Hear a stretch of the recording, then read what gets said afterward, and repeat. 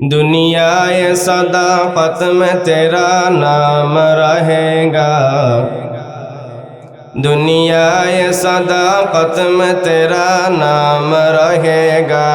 सिद्दीक तेरा नाम से इस्लाम रहेगा, सिद्दीक तेरा नाम से इस्लाम रहेगा। दुनिया के अदालत में तेरा नाम रहेगा, दुनिया के अदालत में तेरा नाम रहेगा।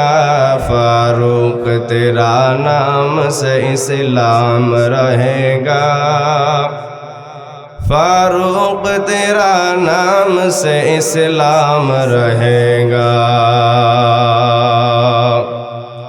दुनियाए सखावत में तेरा नाम रहेगा, दुनियाए सखावत में तेरा नाम रहेगा।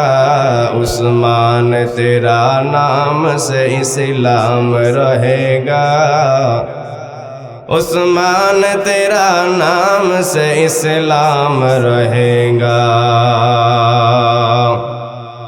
दुनियाए शजाअत में तेरा नाम रहेगा, दुनियाए शजाअत में तेरा नाम रहेगा। अली तेरा नाम से इस्लाम रहेगा, हैदर तेरा नाम से इस्लाम रहेगा। मजदूर हो मजबूर हो ऐ सैयद आलम, मजदूर हो मजबूर हो ऐ सैयद आलम। दीदार दिखाते नहीं आवाज सुना दो, दीदार दिखाते नहीं आवाज सुना दो। ला इलाहा इल्लल्लाह।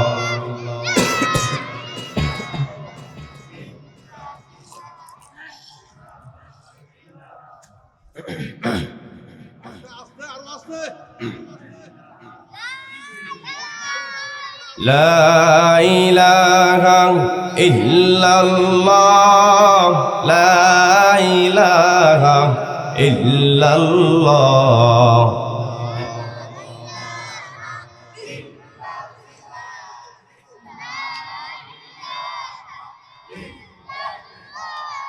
যার দিলে আছে আল্লাহর ভয়, আল্লাহ আল্লাহ সব সময়। যার দিলে আছে আল্লাহর ভয়, আল্লাহ আল্লাহ সব সময়। আহার নিদ্রা ভালো লাগে না, দুনিয়াদারি ভালো লাগে না, ভালো লাগে শুধু জিকরুল্লাহ। লা ইলাহা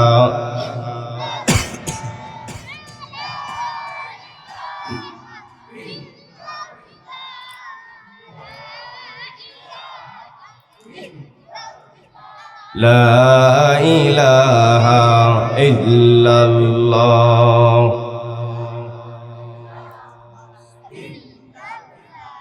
तेरे सिवा महबूब हकीकी कोई नहीं है, कोई नहीं। तेरे सिवा मौजूद हकीकी कोई नहीं है, कोई नहीं। यादों में तेरी सबको भुला दो, कोई ना मुझको याद रहे। यादों में तेरी सबको भुला दो, कोई ना मुझको याद रहे। सब खुशियों की आग लगा दो, खानाए दिल आबाद रहे। अब तो रहे बस ताद में आखिर वर्द ज़बाए मेरे इलाह, ला इलाहा इल्लल्लाह, ला इलाहा इल्लल्लाह।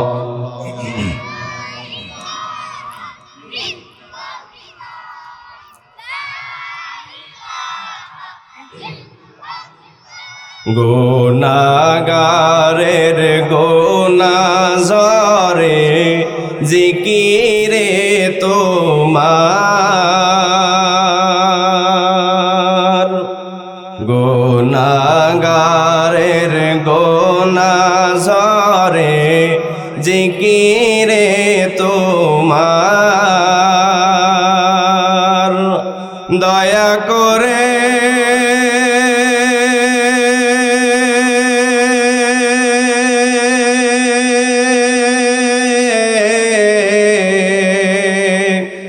দয়া করে করো ক্ষমা বান্দা গুনাহগার ইলাহি রহিম রহমান।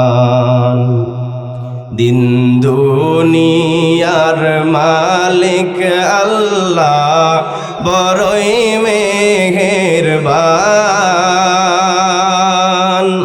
হেফাজত রাখিও আল্লাহ মোদের ঈমান ইলাহি রহিম রহমান। কত দোষের দোষী আমরা নিতাহার সীমা, কত পাপের পাপী আমরা নিতাহার সীমা। দয়া করে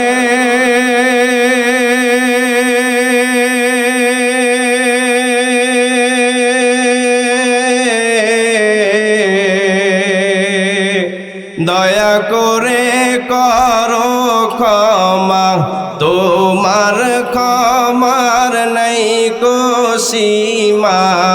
বড়ই মেহেরবান ইলাহি রহিম রহমান। দিন দুনিয়ার মালিক আল্লাহ বড়ই মেহেরবান। হেফাজত রাখিও আল্লাহ মোদের ঈমান ইলাহি রহিম রহমান।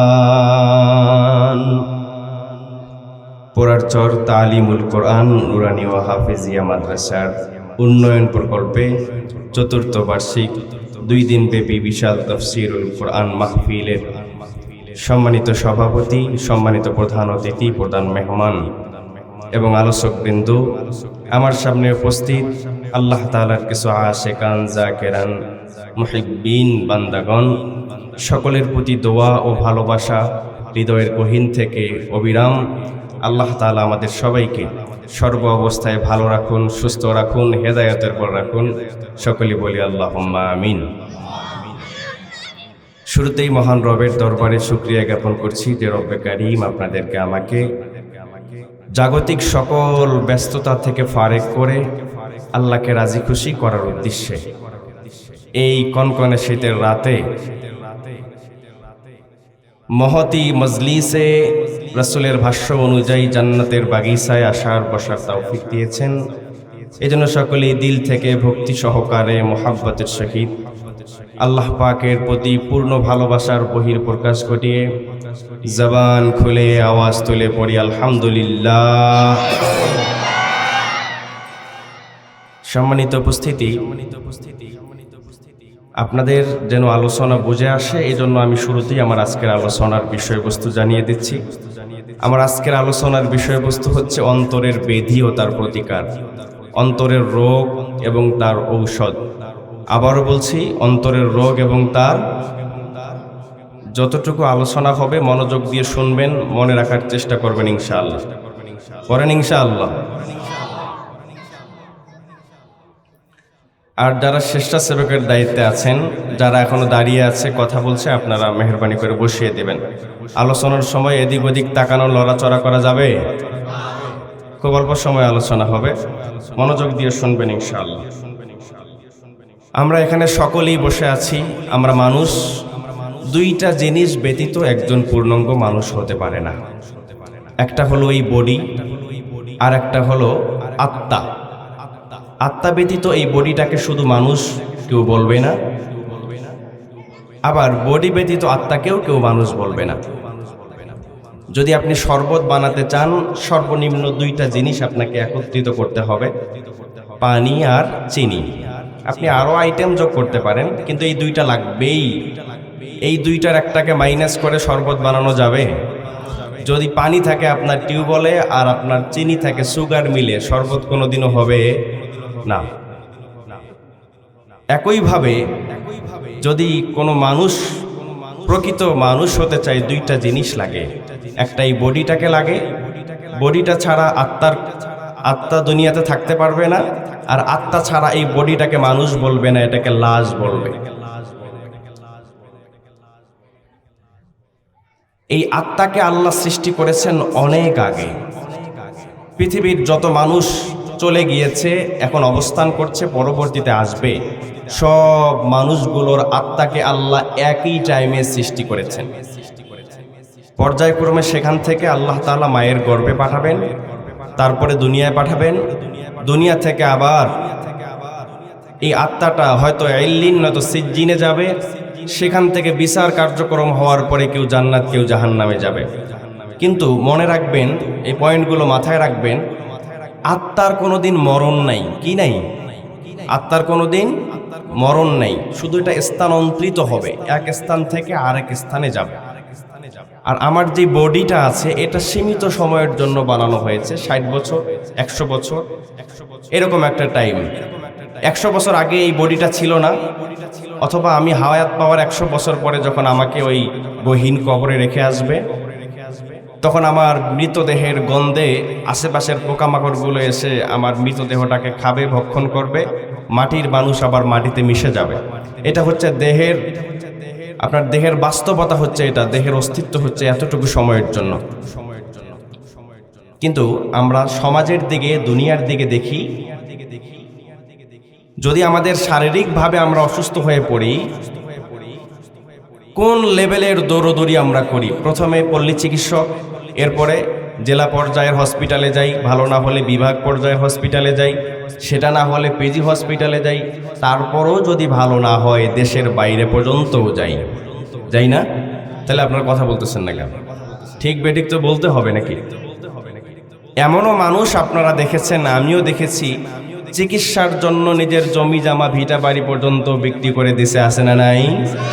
আচ্ছা, তো যেই বডিটা 100 বছরের জন্য বানানো হয়েছে, 100 বছর পরে এটার অস্তিত্ব থাকবে না।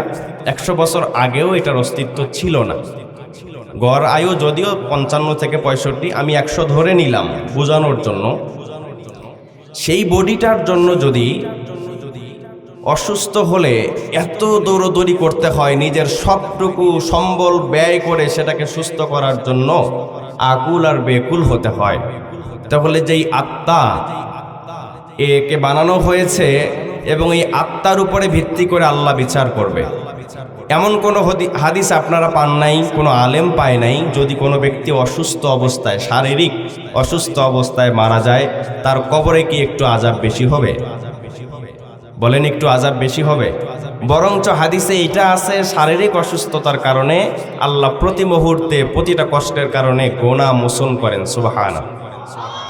তাহলে শারীরিক অসুস্থতা নিয়ে কেউ কবরে গেলে আযাব বেশি হওয়ার কোনো সুযোগ নাই। শারীরিক অসুস্থতা নিয়ে কেউ হাসরের ময়দানে উঠলে তার জাহান্নামের একদিন বেশি খাটতে হবে এমন কোনো হাদিস নাই। কিন্তু স্পষ্ট হাদিস আল্লাহর নবী বলেছেন, যদি আত্মিক অসুস্থতা নিয়ে আত্মাটাকে রোগাক্রান্ত করে কেউ পরকালীন জীবনের জন্য পাড়ি জমায়, মনোযোগ এদিকে, ওইদিকে না, এদিকে সবার মনোযোগ। যদি আত্মাটাকে রোগাক্রান্ত অবস্থায় পরকালীন জীবনে পাড়ি জমায়, নিঃসন্দেহে তার জায়গা হবে পরকালের ভয়ঙ্কর ভয়াবহ স্থান জাহান্নাম, নাউযুবিল্লাহ। তাহলে এবার এতটুকু আলোচনা বুঝে থাকলে আপনারা বলুন যে রুহের চিকিৎসা আত্মার চিকিৎসা বেশি জরুরি নাকি দেহের চিকিৎসা বেশি জরুরি? ওই যে দেহের চিকিৎসা বলছে, আত্মার চিকিৎসা রুহের চিকিৎসা কতটা জরুরি? আপনার দেহ অসুস্থ হলে সর্বোচ্চ মৃত্যু হবে, এর বাইরে কিছু না। আপনি ক্যান্সারের সর্বশেষ সীমানায় চলে গেলে আপনার মৃত্যু হবে, কিন্তু আত্মার অসুস্থতার কারণে মৃত্যু পর্যন্তই ক্ষান্ত হবে না। এটা আপনাকে কবরে ভোগাবে, এটা আপনাকে মিজানে ভোগাবে, এটা হাসরের ময়দানে আপনাকে ভোগাবে এবং আপনার ঠিকানা জাহান্নাম পর্যন্ত আপনাকে নিয়ে যাবে, নাউযুবিল্লাহ। কিন্তু আমরা কি দেখি, যেই শরীরের অস্তিত্ব সীমিত সময়ের জন্য, সেটাকে সুস্থ করার জন্য যে পরিমাণে মেহনত মুজাহাদা মুশাহাদা আমরা করি, আত্মিক অসুস্থতার কারণে কি আমরা এতটুকু করি? কথা বলেন, আমরা কি করি? আছে কেউ করার দরকার আছে? সবাই বলেন, করার কি দরকার? অবশ্যই অবশ্যই দরকার। এজন্য আমি আজকে আত্মার প্রধান 5টা রোগ আপনাদের সামনে তুলে ধরব। এই 5টা রোগের ট্রিটমেন্ট, ঔষধ নিয়ে যদি আপনারা সেবন করতে পারেন, এই 5টা রোগ থেকে যদি মুক্তি লাভ করতে পারেন, তাহলে ধীরে ধীরে ধীরে ধীরে ইনশাআল্লাহ আপনাদের প্রমোশন হবে। আত্মা যত শক্তিশালী হবে, আপনার মান তত আল্লাহর দরবারে বাড়তে থাকবে। আপনার আত্মা যত মজবুত হবে, আপনার সম্মান তত বাড়তে থাকবে, আপনার জান্নাতের কোয়ালিটি তত বাড়তে থাকবে। এজন্য 5টা ঔষধ সেবন করে সুস্থতা হয়ে সুস্থ অন্তর নিয়ে আল্লাহর কাছে কি আমরা পৌঁছতে চাই? সবাই বলেন চাই। 5টা রোগের কথা বলবো, মনোযোগ দিয়ে শুনতে হবে। 1 নাম্বার রোগ হচ্ছে শিরিক। কি মুখস্থ করেন, আমি ধরব মাঝে মাঝে। 1 নাম্বার রোগ কি? শিরিক। 2 নাম্বার রোগ হলো অহংকার। 3 নাম্বার রোগ কৃপণতা। 4 নাম্বার রোগ লোভ। 4 নাম্বার কি? 5 নাম্বার আদমে মুসাওয়াত, যেটাকে বাংলায় বৈষম্যতা বলে। মানুষকে ছোট মনে করা, নিচু মনে করা, নিজেকে বড় মনে করা। তাহলে 1 নাম্বার রোগ কি বললাম? শিরক। এই শিরক অত্যন্ত ভয়ঙ্কর একটা রোগ। এই শিরকের ব্যাপারে আল্লাহ তাআলা কুরআনুল কারীমে জানাইয়া দেন যে আল্লাহ তাআলা সব গুনাহগুলোকে মাফ করবেন, কিন্তু এই শিরকের গুনাহকে মাফ করবেন না। আল্লাহ তাআলা বলেন, শিরকের গুনাহ এত জঘন্য, এত মারাত্মক, যেই ব্যক্তি শিরকের গুনাহ করবে আল্লাহ তাকে ক্ষমা করবেন না। এর বাইরে যত গুনাহ আছে আল্লাহ চাইলে মাফও করতে পারেন। শিরক এত জঘন্য। আল্লাহ তাআলা রহমান, আল্লাহ রহিম, আল্লাহ গফফার, যার ক্ষমার কোনো সীমা নাই। ওই আল্লাহও এই রোগটাকে, এই জঘন্যতম অপরাধটাকে ক্ষমা করবেন না। এই আয়াতের দিকে তাকাইলেই বোঝা যায় যে এই শিরকের মারাত্মক ভয়াবহতা কতটুকু। এই শিরক যার অন্তরে থাকবে, সে যত বেশি আমল করুক না কেন, সেই আমলের কোনো দাম নাই। আপনি একটা পাতিল নিয়েছেন, ওই পাতিলের তলা যদি ছিদ্র হয়, ওই পাতিলে যদি আপনি মনকে মন পানি রাখেন, বলেন তো দিন শেষে কতটুকু পানি থাকবে? থাকবে না, না, 1 ফোঁটা পানিও থাকবে না। এজন্য পাতিলের তলাটাকে ঠিক করতে হবে। পাতিলের তলা যদি ঠিক হয়, আর আপনি যদি সামান্য থেকে সামান্যতম পানি রাখেন, দিন শেষে ওই সামান্য পানিটাই সেখানে মজুদ থাকবে। কারো ঈমানের পাতিল যদি ছিদ্র হয়, কারো অন্তরে যদি এই শিরক নামে যেই রোগ আছে, শিরকের ছিটা ফোঁটা থাকে, সে যত আমল করুক না কেন তার দাম আল্লাহর কাছে নাই। আর যদি ঈমানটা মজবুত হয়, ওই বান্দা একবার সুবহানাল্লাহ বললে আমল নামায় সেটা জমা হয়ে যাবে। 5 টাকা দান করলে আমল নামায় জমা হয়ে যাবে। কারো সাথে মুস্কি হেসে কথা বললে সেটাও আমল নামায় জমা হয়ে যাবে। বলেন তো, একজন মানুষের ঈমান নাই, একজন মানুষ শিরিক করে, অর্থাৎ একজন হিন্দু যদি সমাজ কল্যাণমূলক কাজ করে জান্নাতে যেতে পারবে? পারবে?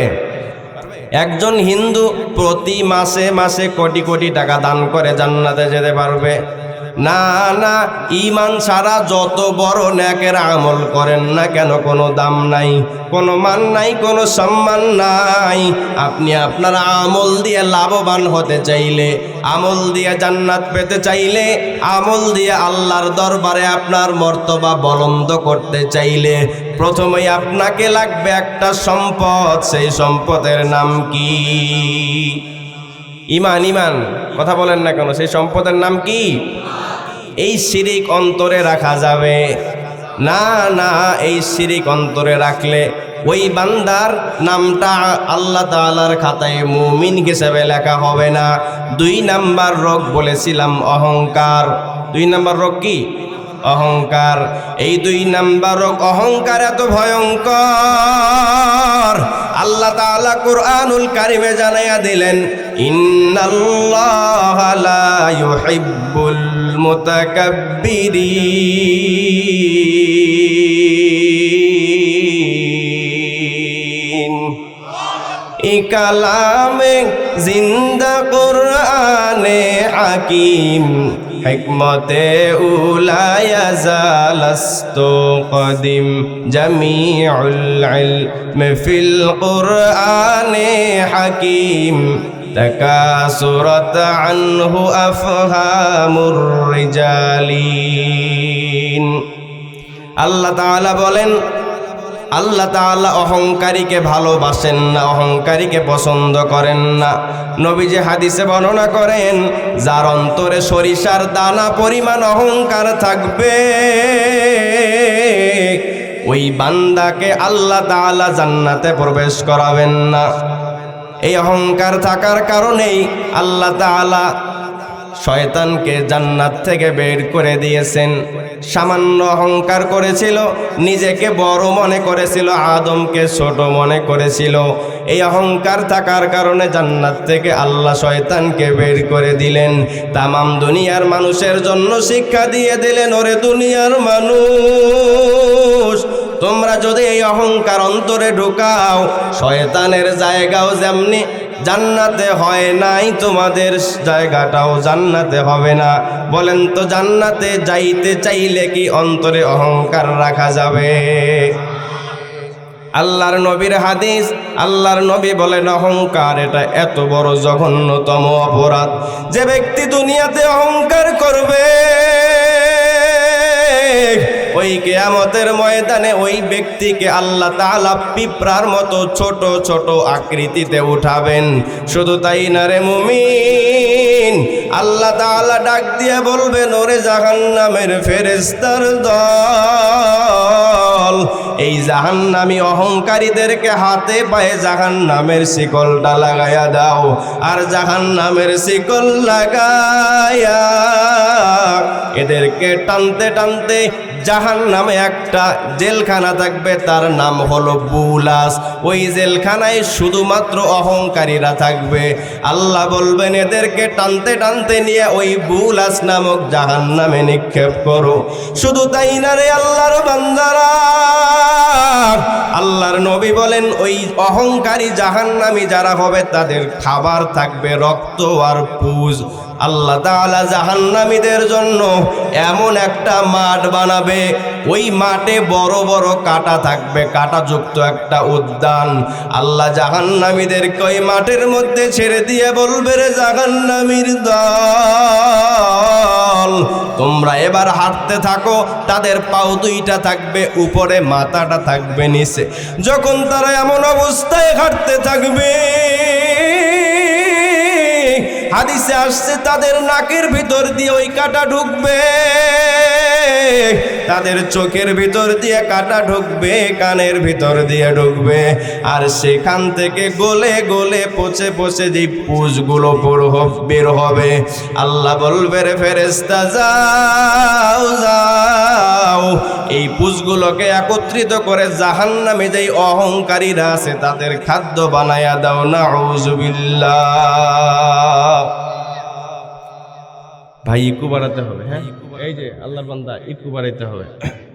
ইকুটা বাড়ান, ইকুটা একটু বাড়াই দেন, কানে আসেন।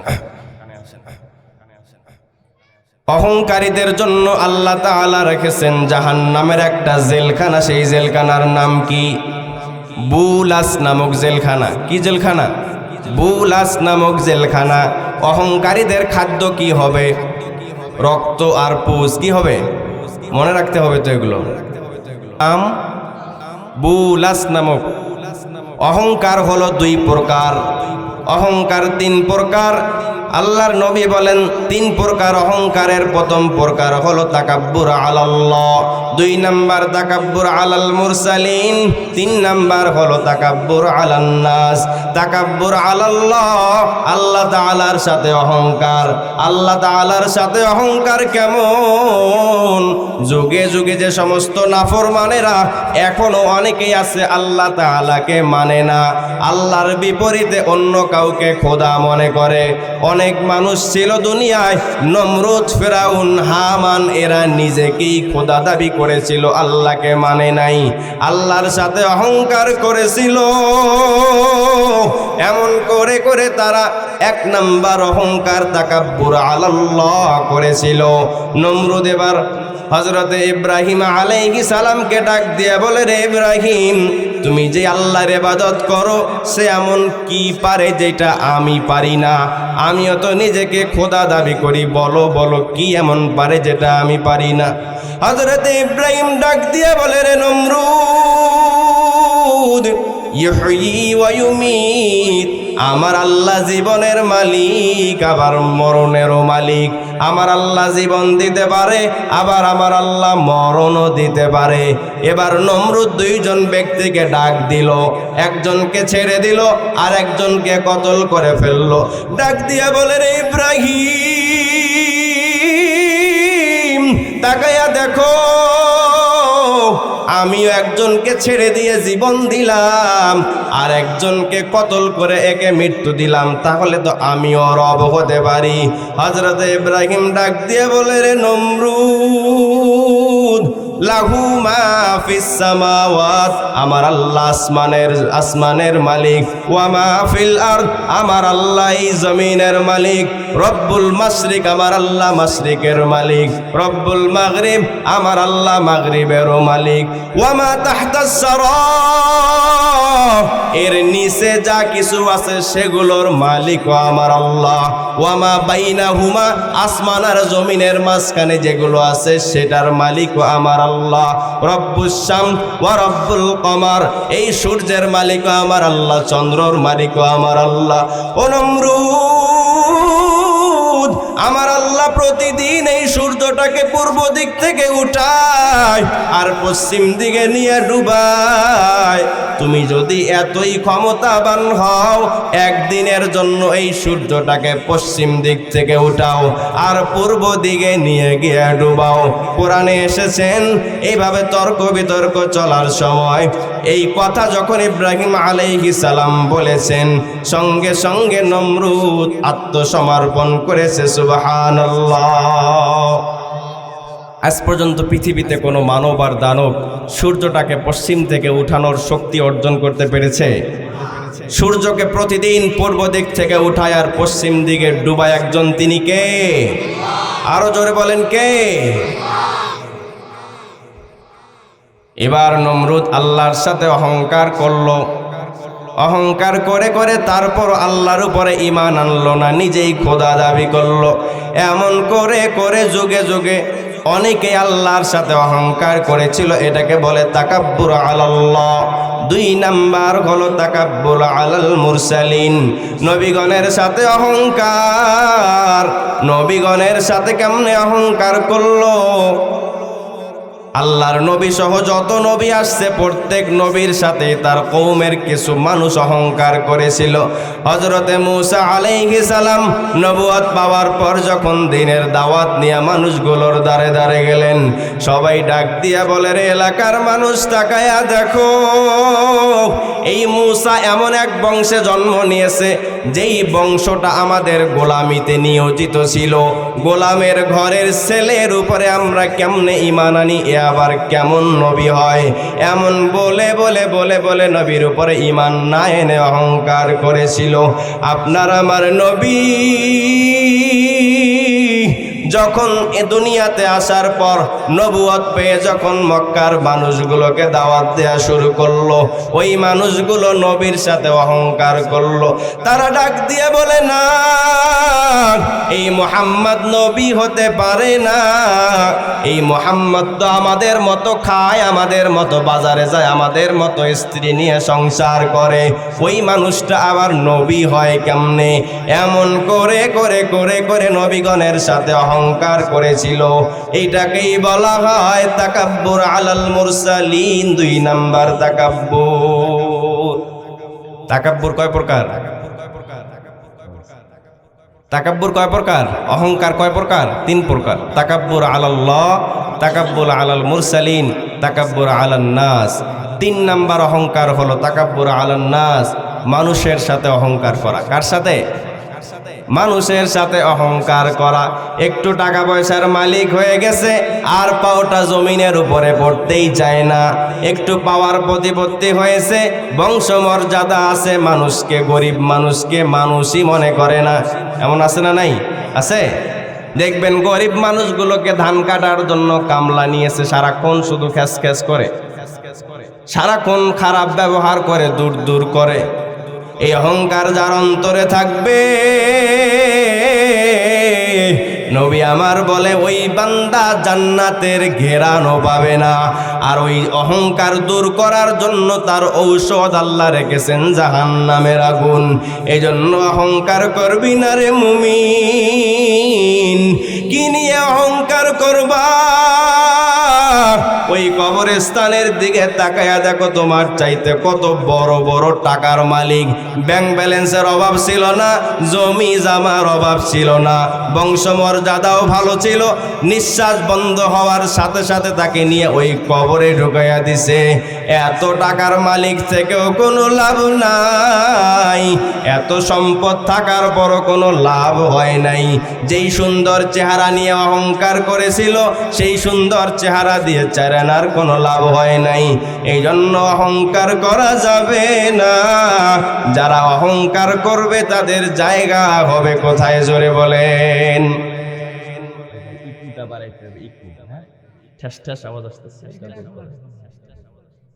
ইকুটা একটু দেন। 3 নাম্বার রোগের নাম কি বলেছিলাম? 3 নাম্বার রোগের নাম কি বলেছিলাম? কোন? ভুলে গেছেন? কৃপণতা। কৃপণতা কি? 3 নাম্বার রোগ হলো কৃপণতা। এই কৃপণতা যার অন্তরে থাকবে, নবী বলেন কৃপণ মানুষ যারা কৃপণ হবে, বখিল হবে, গ্রাম্য ভাষায় কিপটে বলে, কিপটে। দেখবেন কিছু কৃপণ মানুষ আছে যাদের হাতও খুলতে চায় না, মনও খুলতে চায় না। মাদ্রাসাওয়ালারা আসলে টাকা দিতে চায় না, মসজিদওয়ালারা চাইলেও টাকা দিতে চায় না, গরিব মানুষ আসলেও টাকা দিতে চায় না। কি বলে? মাফ করেন, সামনে যান। আছে না একদল এরকম? আছে না? সামর্থ্য থাকা সত্ত্বেও দিতে চায় না।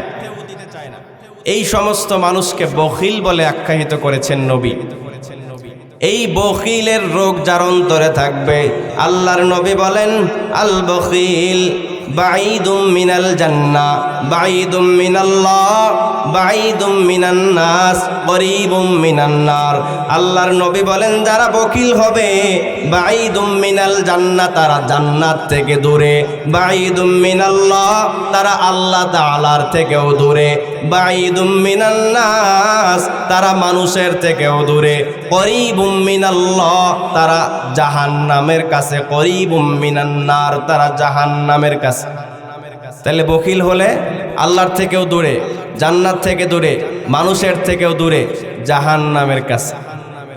আল্লাহর নবী বলেন যারা দানশীল হবে করিবুম মিনাল্লাহ, তারা আল্লাহ তাআলার কাছে, করিবুম মিনান নাস, মানুষের কাছে, করিবুম মিনাল জান্নাহ, তারা জান্নাতেরও কাছে, বাঈদুম মিনান নার, জাহান্নাম থেকে অনেক দূরে।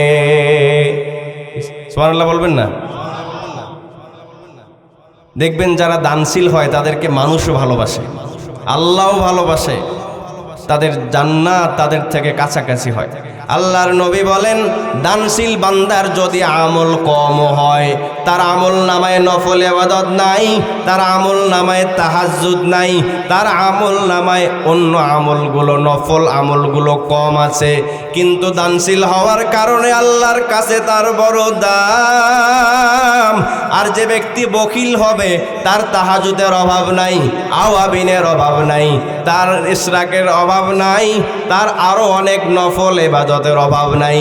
কিন্তু আল্লাহর নবী বলেন দানশীল বান্দা কম আমলওয়ালা, বখিল বান্দা বেশি আমলওয়ালার চাইতে অনেক উত্তম। এজন্য দানশীল হবেন, সব সময় মন খোলা রাখবেন। এই 3 নাম্বার রোগ অন্তরে রাখা যাবে। 4 নাম্বার রোগের নাম হচ্ছে লোভ। 4 নাম্বার রোগের নাম কি? লোভ। এইটা সবচাইতে ভয়ঙ্কর 5টা রোগের মধ্যে 4 নাম্বার রোগ। দেখবেন দুনিয়াতে যতগুলো অঘটন ঘটে, যতগুলো অন্যায় হয়, সবই লোভের কারণে। চুরি হয় লোভের কারণে, ডাকাতিও হয় লোভের কারণে, মানুষ মানুষকে ঠগায় লোভের কারণে, হজ করে আসছে আবার আরেকজনের জমির আইল ঠেলে, এটা কিসের কারণে? লোভের কারণে। হজ করে আসছে হাজী সাহেব আবার গোপনে গোপনে সুদের উপরে টাকা লাগায়, কিসের কারণে? লোভের কারণে। আল্লাহর নবী বলেন এই লোভ, দুনিয়ার লোভ যার অন্তরে থাকবে, এই দুনিয়ার লোভ তার আখিরাতকে ধ্বংস করে দিবে। আল্লাহ তাআলা বলেন আলহাকুমুত তাকাসুর, ও দুনিয়ার মানুষেরা, এই দুনিয়ার লোভটাকে তোমাদেরকে আখিরাতের কথা স্মরণ করা থেকে বিরত রেখেছে। এই দুনিয়ার মোহটা তোমাকে জান্নাতের কথা, জাহান্নামের কথা মনে করা থেকে বিরত রেখেছে। এই জন্য লোভ নামক অহংকার, লোভ নামক রোগ যার অন্তরে থাকবে, ওই বান্দা আল্লাহ তাআলার জান্নাতে যেতে পারবে না। 5 নাম্বার রোগের নাম বলেছিলাম আদমে মুসাওয়াত, বৈষম্যতা। কিছু মানুষ আছে একটু শিক্ষিত হয়েছে, অশিক্ষিত মূর্খদেরকে অপছন্দ করে, ঘৃণা করে, দূর দূর করে। বড় আলেম হওয়ার কারণে যদি সাধারণ মানুষকে সে ছোট মনে করে, নিজের চাইতে জঘন্য মনে করে, তাহলে তার অন্তরে এখনো একটা রোগ আছে, সেটার নাম আদমে মুসাওয়াত। আর এই আদমে মুসাওয়াত নামক রোগ যদি অন্তরে থাকে, যত বড় আলেম হোক, যত বড় বক্তা হোক, যত বড় মুফতি মুহাদ্দিস হোক, যত বড় হাদিস সাহেব হোক না কেন, আল্লাহর জান্নাত তার জন্য না। এই জন্য অন্তরের রোগ নিয়ে আল্লাহর জান্নাত পাওয়া যাবে। এই 5টা রোগের 5টা ঔষধ আল্লাহ তাআলা দিয়েছেন। ঔষধ নিতে রাজি আছেন? শুধু ঔষধ নেবেন নাকি ট্রিটমেন্ট করতে হবে? ঔষধ নিয়ে সেবন করবেন, রোগ থেকে বাঁচবেন, তাহলে জান্নাত আপনার জন্য। ইসলামের বিনা কয়টা? 5টা। ইসলামের বিনা কয়টা? 5টা।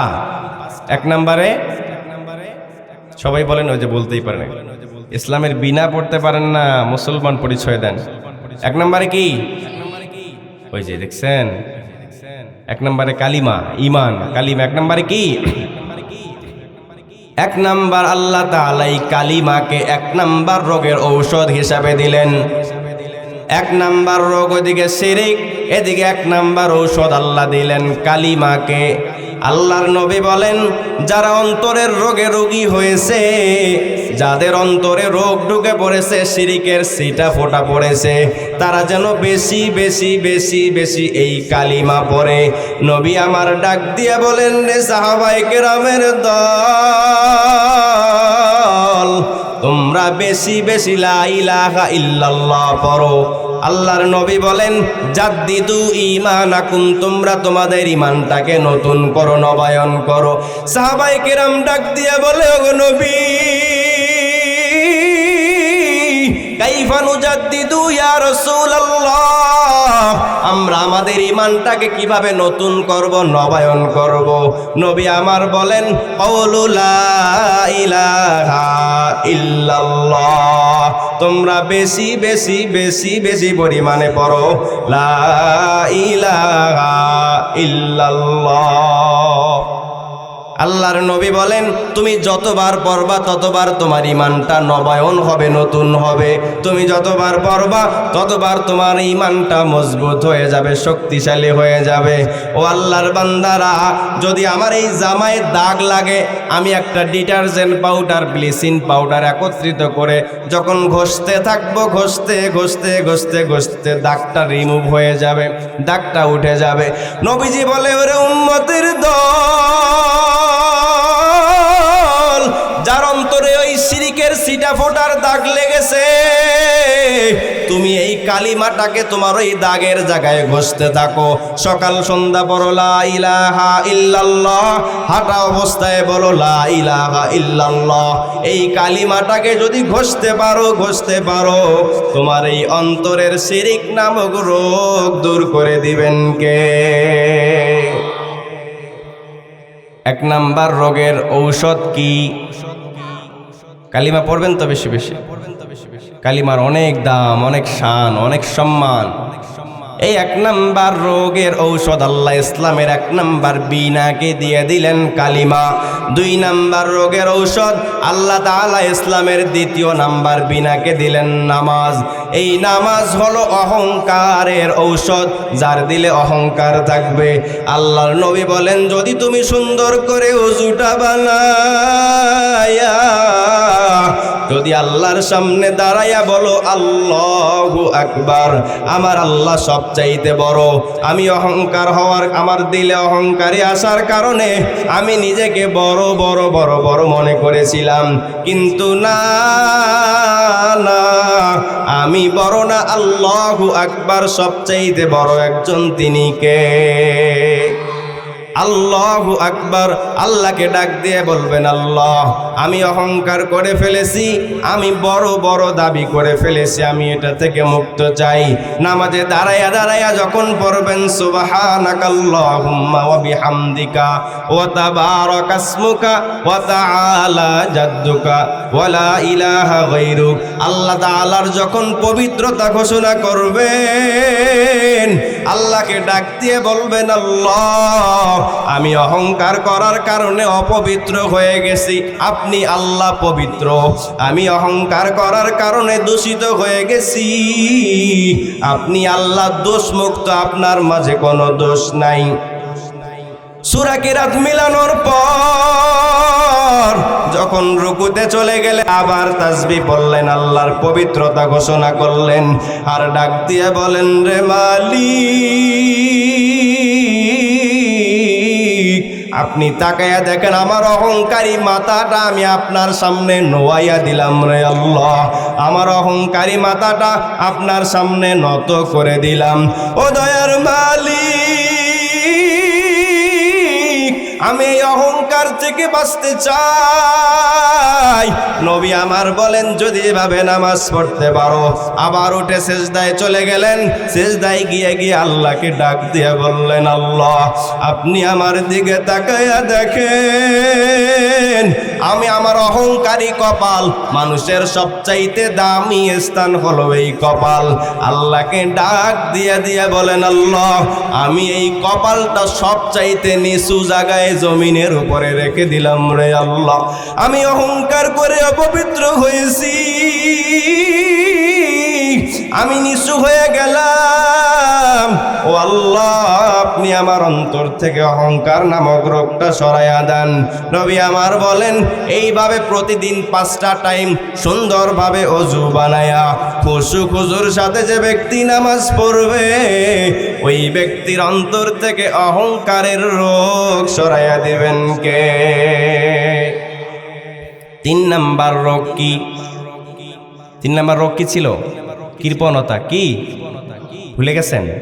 1 নাম্বার রোগ শিরিক, 2 নাম্বার রোগ অহংকার, 3 নাম্বার রোগ কৃপণতা। 1 নাম্বার ঔষধ কি পেয়েছেন? কালিমা। 2 নাম্বার ঔষধ নামাজ। 3 নাম্বার ঔষধ দেইনি এখনো, রোজা না। ইসলামের তৃতীয় বেনা হচ্ছে জাকাত। ইসলামের তৃতীয় বেনা কি? জাকাত। এই ইসলামের তৃতীয় বেনা আল্লাহ তাআলা জাকাত দিয়ে দিলেন। যাদের অন্তরে কৃপণতা আছে ওই বান্দাগুলো জাকাত দেয়া শুরু করবে। জাকাত 2 প্রকার, ফরজ জাকাত, নফল জাকাত। যার উপরে জাকাত ফরজ হবে সে তো বছরে বছরে জাকাত দিবে, আর এই ফরজ জাকাতের পরেও সব সময় নফল জাকাত দেবে, দান সদকা করবে। মাদ্রাসাওয়ালারা আসলে ফিরাবে না, মসজিদওয়ালারা আসলেও ফেরত দিবে না, অভাবী মানুষ আসলে ফেরত দিবে না। এমন করে করে করে করে যদি মানুষগুলোকে দান করা শুরু করে দেয়, অটোমেটিক তার হাত খোলা শুরু হয়ে যাবে, অটোমেটিক তার মন খোলা শুরু হয়ে যাবে। আল্লাহ তাআলার কাছে কৃপণ ব্যক্তি কোনো দাম নাই, দাম নাই।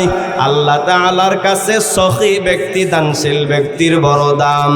আর আল্লাহ তাআলা বলেছেন যে ব্যক্তি আল্লাহর জন্য 1 টাকা দান করবে, আল্লাহ তাআলা তাকে এর বিনিময়ে 10 টাকা দিবেন দুনিয়াতে। আল্লাহকে 1টা দিলে আল্লাহ কয়টা দিবে? 10টা দিবে দুনিয়াতেই। আখেরাতে কি পরিমাণে বাড়াবেন সেটা তিনিই ভালো জানেন, কিন্তু দুনিয়াতেই 10 গুণ বাড়ায় দেবেন। দুনিয়াতে কয় গুণ বাড়ায় দেবেন? 10 গুণ বাড়াইয়া দেবেন। হযরত আলী রাদিয়াল্লাহু তাআলা আনহু একদিন হযরতে ফাতেমার কাছে এসে বললেন, ও ফাতেমা, আমি বড় গরীব, তুমি নবীর মেয়ে, সরদারে দো আলমের মেয়ে, আমি তোমাকে বিবাহ করার পর থেকে আজ পর্যন্ত কিছুই দিতে পারি নাই রে ফাতেমা। আমার আজকে মন চাইছে, আমার কাছে কিছু টাকাও আছে, তুমি আমার কাছে একটা আবদার করো, আমি তোমার আবদারটা মিটাইতে চাই রে ফাতেমা। ফাতেমা ডাক দিয়ে বলে, স্বামী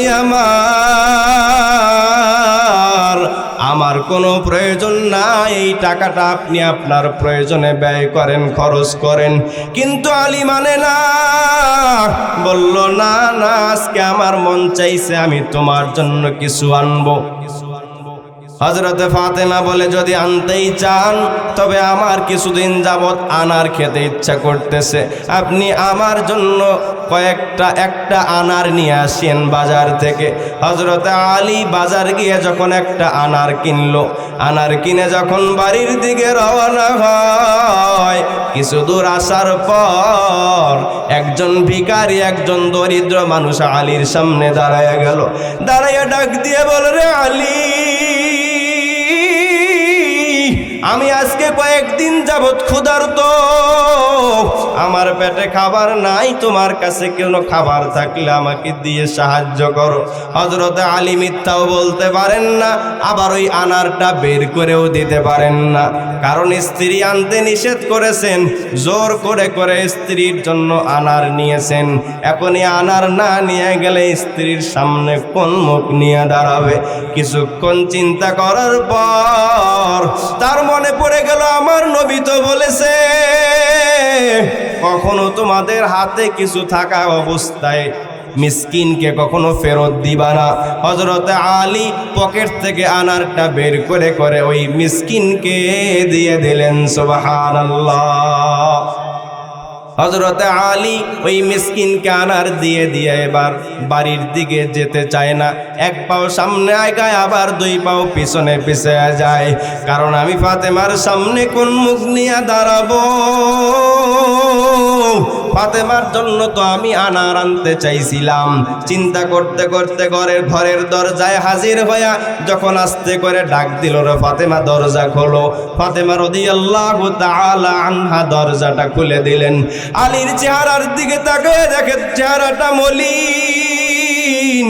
ডাক দিয়া বলে, রে স্বামী আমার, আপনি যখন বাজারে গেলেন হাস্যোজ্জ্বল চেহারা নিয়ে বাজারে গেলেন, এমন কি হয়ে গেল?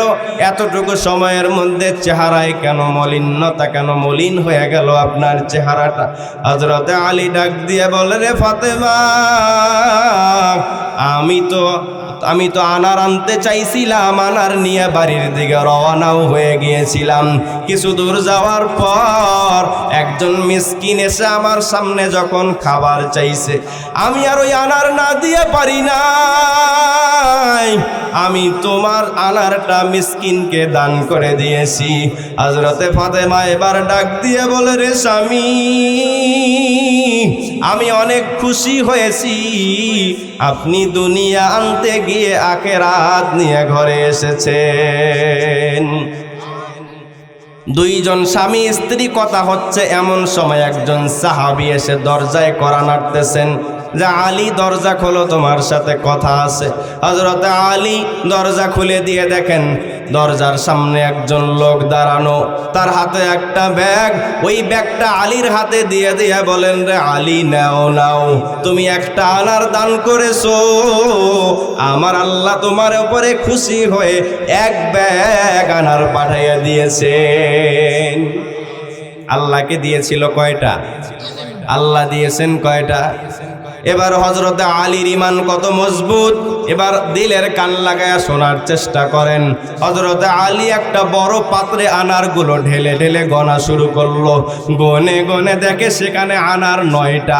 ওই 9টা আনার ব্যাগের ভিতরে নিয়ে দৌড়ায় আর বলে, রে ভাই দাঁড়াও,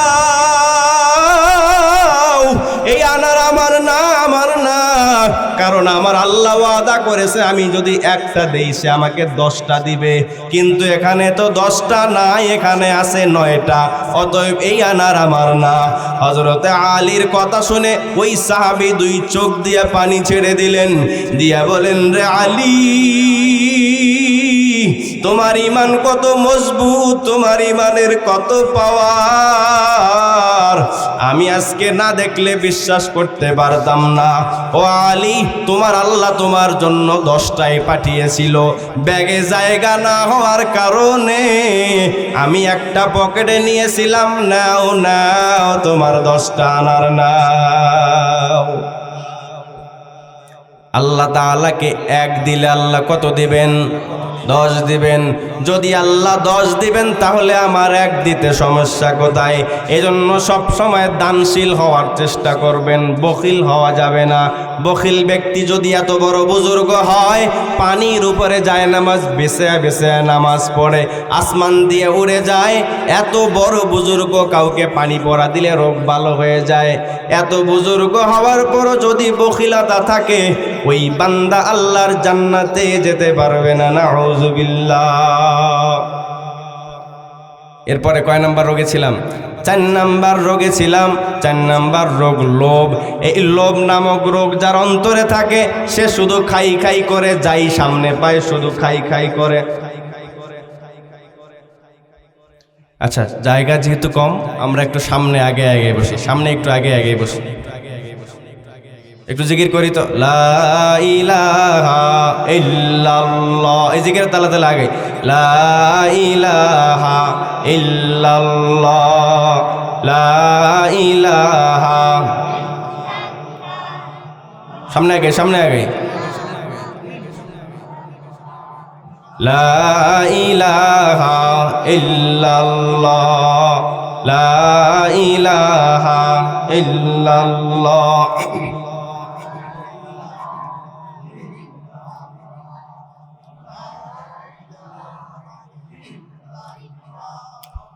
আর কেউ দাঁড়িয়ে থাকবো না, জিকিরের সাথে সাথে বসে যাবো, যেন মাহফিলের সৌন্দর্য রক্ষা হয়, দেখতে যেন সৌন্দর্যতা হয়। লা ইলাহা ইল্লাল্লাহ, লা ইলাহা ইল্লাল্লাহ।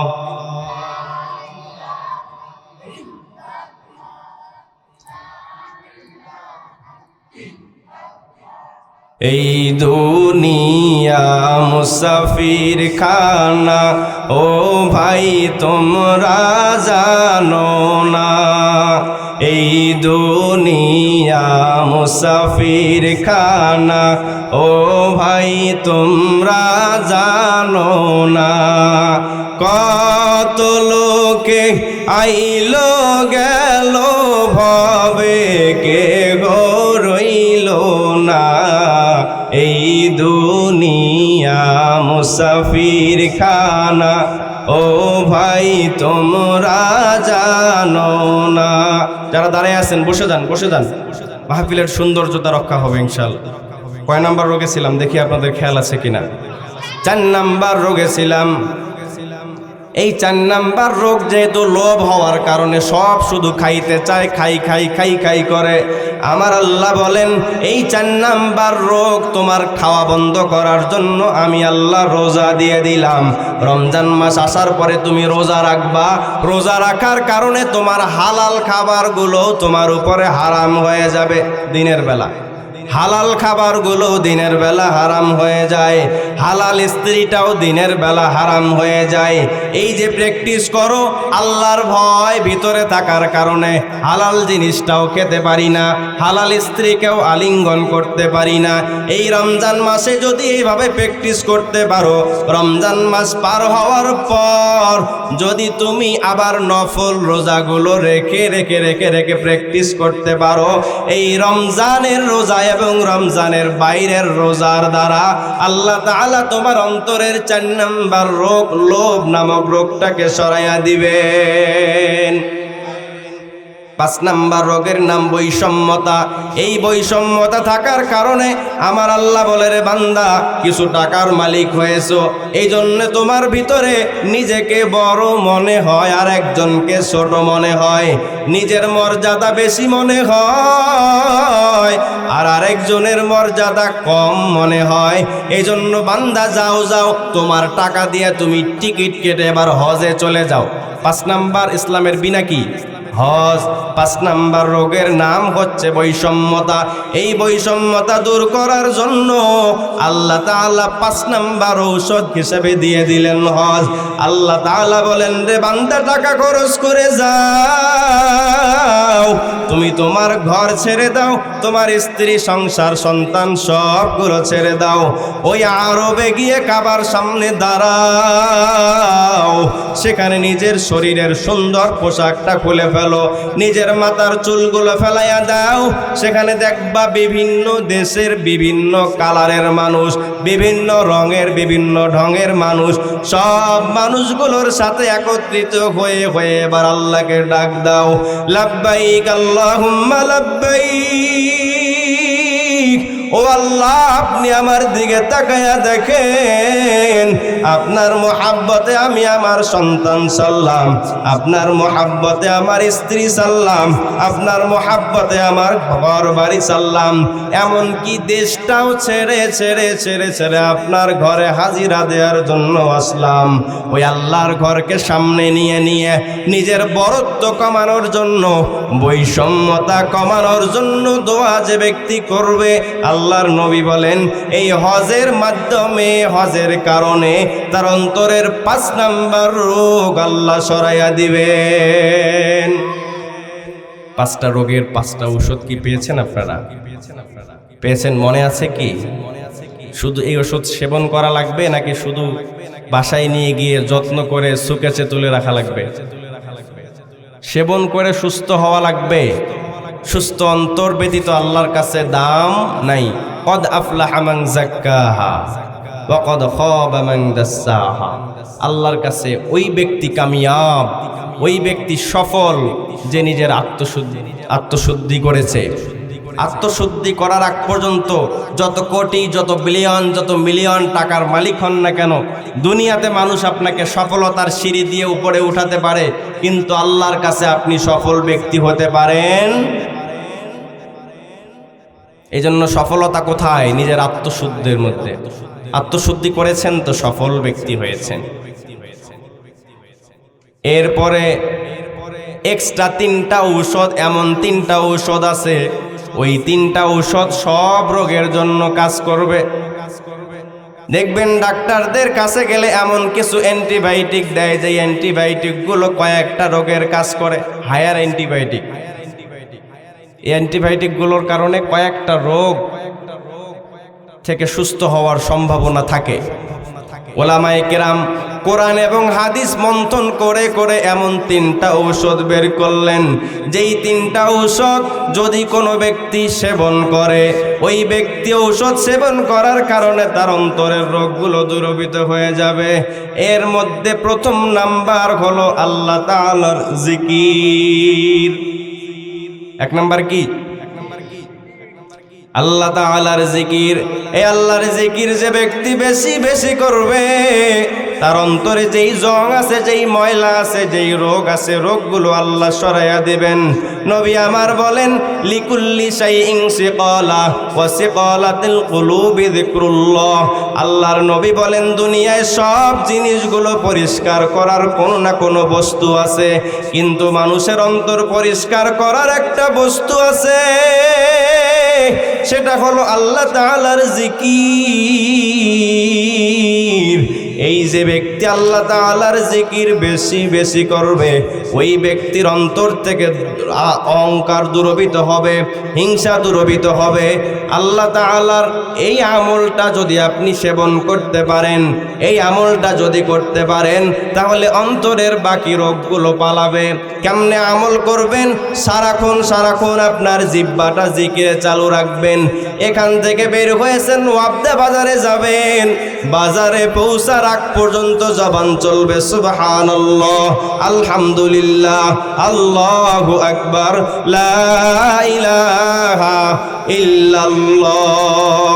আপনি ব্যবসায়ী মানুষ, দোকানদারি করেন, দোকানের ক্যাশ বাক্সে বসে বসে বসে বসে জিহ্বাটা লড়ান। আপনি হাল চাষ করেন, হাল চষেন আর জিহ্বাটা লড়ান। আপনি গাড়ি চালান, গাড়ির ড্রাইভিং করেন আর জিহ্বাটা লড়ান। তাহলে আপনার গাড়ি চালানো হলো, আখেরাতও কামাই করা হলো, দোকানদারিও হলো, আখেরাতের দোকানদারিও হলো, রাস্তা হাঁটাও হলো, আমল নামাতে নেকিও জমা করা হয়ে গেল। এই জিকির যে ব্যক্তি বেশি বেশি করবে, এই জিকিরের কারণে আল্লাহ তাআলা তার অন্তরের সব রোগগুলো সরাইয়া দিবেন। 2 নাম্বার ঔষধ হলো মৃত্যুর মুরাকাবা। কি 2 নাম্বার ঔষধ? কি 2 নাম্বার ঔষধ হলো মৃত্যুর মুরাকাবা। যে ব্যক্তি মৃত্যুর মুরাকাবা করবে, ওই ব্যক্তির অন্তর থেকে রোগগুলো সরাইয়া দিবেন কে? এই মৃত্যুর মুরাকাবা প্রতিদিন করার চেষ্টা করবেন। কতদিন?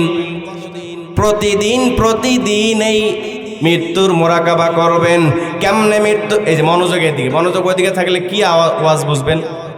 প্রধান আলোচক আসছে, সে তো কথা বলবে আপনাদের সামনে, তো ওইদিকে দেখতে হবে। যেই আসুক এদিকে মনোযোগ, এদিকে। আমার তো শেষ আলোচনা, আর একটা ওষুধ দিলে আমি এখান থেকে বিদায় নেব। শোনেন, মনোযোগ দিয়ে কাজে লাগবে ইনশাআল্লাহ। 2 নাম্বার ঔষধ আল্লাহ দিলেন মৃত্যুর মুরাকাবা। এই মৃত্যুর মুরাকাবা করার কারণে অন্তর থেকে যেই রোগ আছে, এগুলো দূরীভূত হবে, এগুলো সরে যাবে। এই মৃত্যুর মুরাকাবা কেমনে করবেন? প্রতিদিন আপনি শোয়ার সময়, এই যে শীতকাল আসছে, আপনি কম্বলটা মুড়ি দিবেন।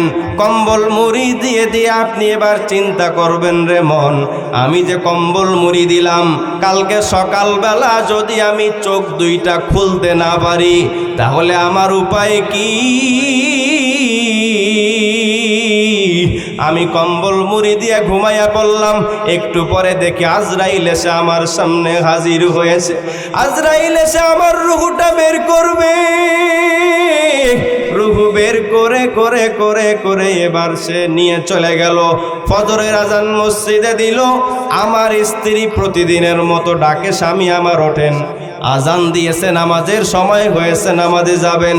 না না, আমি কোনো জবাব দিতে পারি না। আবার ডাক দিল, জবাব দিতে পারি না। আবার ডাক দিল, জবাব দিতে পারি না। এবার স্ত্রী আস্তে করে মাথাটা লাড়া দিয়েছে। স্ত্রী যখন মাথা ধরে লাড়া দিয়েছে,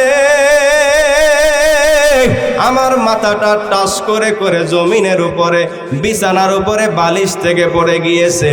এবার স্ত্রী একটা চিৎকার দিয়েছে, ও সন্তানেরা কি কোথায় আছো?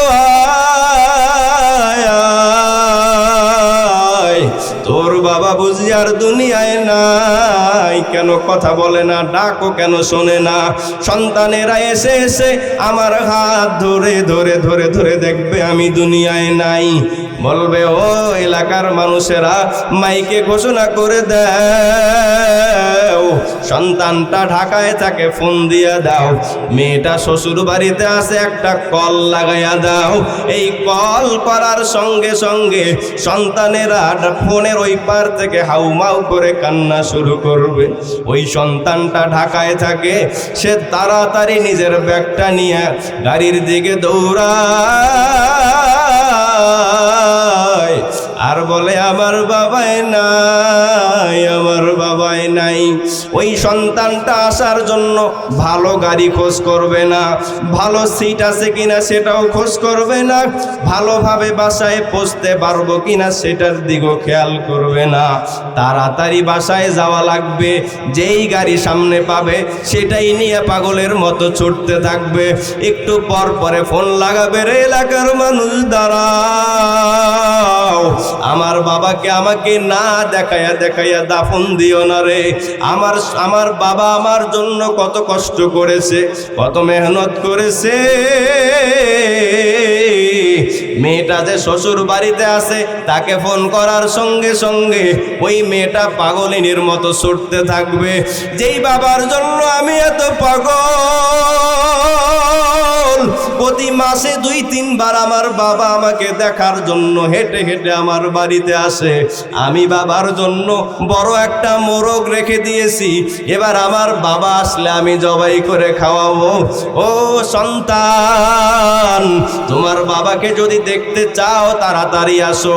মেয়েটা পাগলিনীর মতো, বোরকাটাও নেয়ার সময় নাই, দৌড়াইবে আর বাবা বাবা বলে চিৎকার করবে, কান্না করবে। মেয়ে একদিকে দৌড়ায়, সন্তান আর একদিকে দৌড়ায়। এলাকার মানুষেরা ফোন করে বলে, রে সন্তান কত দূরে আসছো, এই লাশটাকে আর বেশিক্ষণ রাখা যাবে না। সন্তান বলে আমি কুড়িগ্রামে এসেছি, আমার বাবাকে আমাকে এক নজর না দেখাইয়া তোমরা দাফন দিও না। ছোট বাচ্চাটা এসে আমার লাশের পাশে ঘুরবে আর বাবা বাবা বলে চিৎকার করে কান্না করবে। আমি বাজার থেকে বাড়ি আসার আগ পর্যন্ত এই ছোট সন্তানটা ঘুমাইতো না। আজকে এই সন্তান আমার পাশে বসে বসে কান্দে, আমি তাকে কোলেও নিতে পারি না, সান্ত্বনাও দিতে পারি না। এর নাম হলো মরণ, এর নাম হলো মৃত্যু। আল্লাহর বান্দারা আপনি খেয়াল করেন, কে আমাকে গোসল দেয় আমি সেটাও দেখতেছি, কে আমাকে দাফন পরাইতেছে আমি সেটাও দেখতেছি, কে আমার জন্য বাঁশ কাটতেছে সেটাও আমি দেখতেছি। প্রতিদিন শুয়ে শুয়ে এই খেয়ালগুলো যখন করবেন, কম্বল মুড়ি দিয়ে দিয়ে মৃত্যুর মোরাকাবা যখন করবেন, দেখবেন আপনার মা এক জায়গায় পাগলিনীর মতো বেহুশ হয়ে হয়ে কাঁদতেছে, আপনার স্ত্রী এক জায়গায় চিৎকার করে করে কান্দে। মা খাটিয়ার পিছনে আর দৌড়ায় আর বলে আমার সন্তানকে কোথায় নিয়ে যাও। সন্তান মায়ের খাটিয়ার পিছনে দৌড়ায় আর বলে আমার মাকে কোথায় নিয়ে যাও। এই কথাগুলো যখন প্রতিদিন শুয়ে শুয়ে শুয়ে শুয়ে আপনি কল্পনা করবেন, নবীজি আমার বলেন এই মৃত্যুর মোরাকাবার কারণে অন্তরটা নরম হবে, চোখের 2 পাশ দিয়ে গরম জলের ফোঁটাগুলো টপ টপ করে পড়া শুরু হয়ে যাবে। আর তখন দেখবেন আস্তে আস্তে আস্তে আস্তে অন্তরের রোগগুলো দূরীভূত হতেছে, দূরে সরতেছে। একবারে সর্বশেষ নাম্বার ঔষধ হলো মৃত্যুর মোরাকাবা। কি সর্বশেষ ঔষধ? কি? মৃত্যুর মোরাকাবা। এই মৃত্যুর মোরাকাবাকেও আল্লাহ 3 নাম্বার, এটা 2 নাম্বার বলছি না, 3 নাম্বার হচ্ছে কবর জিয়ারত। কি? কবর জিয়ারত। আল্লাহ তাআলা এই কবর জিয়ারতকেও মানুষের অন্তরের রোগ দূর করার ঔষধ বানাইয়া দিলেন। ওলামায়ে কেরাম বলেন, ও দুনিয়ার মানুষেরা, প্রতি সপ্তাহে তুমি তোমার মায়ের কবরগুলো জিয়ারত করবা, বাবার কবর জিয়ারত করবা। কারণ নবী আমার বলেন, যেই ব্যক্তি প্রতিদিন প্রতি সপ্তাহে একদিন হলেও বাবা মার কবর জিয়ারত করবে, আল্লাহর নবী বলেন ওই বান্দার নামটা আল্লাহ তাআলার খাতায় নেক সন্তান হিসেবে লিখে দেয়া হবে। কেমনে কেমনে আপনি কবর জিয়ারত করবেন? আপনি কবর জিয়ারতের জন্য একা যাবেন না, আপনার বাড়ির ছোট বাচ্চাগুলোকে সাথে নেবেন, আপনার সন্তানকে সাথে নেবেন, আপনার নাতি পুতিগুলোকে সাথে নেবেন, আপনার আরো ভাতিজা থাকলে তাকেও সাথে নেবেন। নিয়ে নিয়ে আপনার মার কবরের পাশে গিয়ে দাঁড়াইবেন, দাঁড়াইয়া দাঁড়াইয়া কবরের দিকে তাকাইয়া থাকবেন। ওই কবরের দিকে কিছুক্ষণ শুধু তাকাইয়াই থাকবেন। কবরের দিকে তাকাইয়া তাকাইয়া চিন্তা করবেন, রে মন, এই কবরে কতদিন হয়ে গেল আমার মাকে ঢুকাইলাম, কতদিন হয়ে গেল আমার বাবাকে ঢুকাইলাম। ছেলেটা আমার বিদেশে থাকে, মোবাইলটা বের করলেই ভিডিও কলে তার সাথে কথা বলি, চেহারাটা দেখি। জামাইটা দুবাইয়ে থাকে, মন চাইলেই তার সাথে ভিডিও কলে কথা বলা যায়। কিন্তু যেই জনম দুঃখিনী মা কত কষ্ট করে করে আমাকে লালন পালন করলো, কত কষ্ট করে করে আমাকে দুনিয়াতে বড় করলো, ওই মাকে যে কবরে ঢুকাইলাম, ওই বাবাকে যে কবরে ঢুকাইলাম, কতদিন হয়ে গেল ওই মার চেহারা খানা আর দেখতে পারি নাই, বাবার চেহারা খানা দেখার সুযোগ হয় নাই। এমন করে করে কবরের সামনে দাঁড়াইয়া মায়ের স্মৃতিগুলো মনে করবেন। মা কেমনে আপনাকে গোসল করাইয়া দিছে, বাবা কেমনে আপনার আঙ্গুল ধরে ধরে ধরে ধরে আপনাকে ঈদগায় নিয়ে গিয়েছে, জুমার দিনে জুমার নামাজে নিয়ে গিয়েছে, বাজার থেকে আপনার জন্য সুস্বাদু জিনিস এনে আপনাকে খাইয়েছে। যখন এই কবরের সামনে দাঁড়াইয়া দাঁড়াইয়া মায়ের কথা বাবার কথা চিন্তা করবে, নবী আমার বলেন, তখন ওই কবরের সামনে দাঁড়াইয়া দাঁড়াইয়া আপনার চোখ থেকে আস্তে আস্তে পানি বের হওয়া শুরু হয়ে যাবে।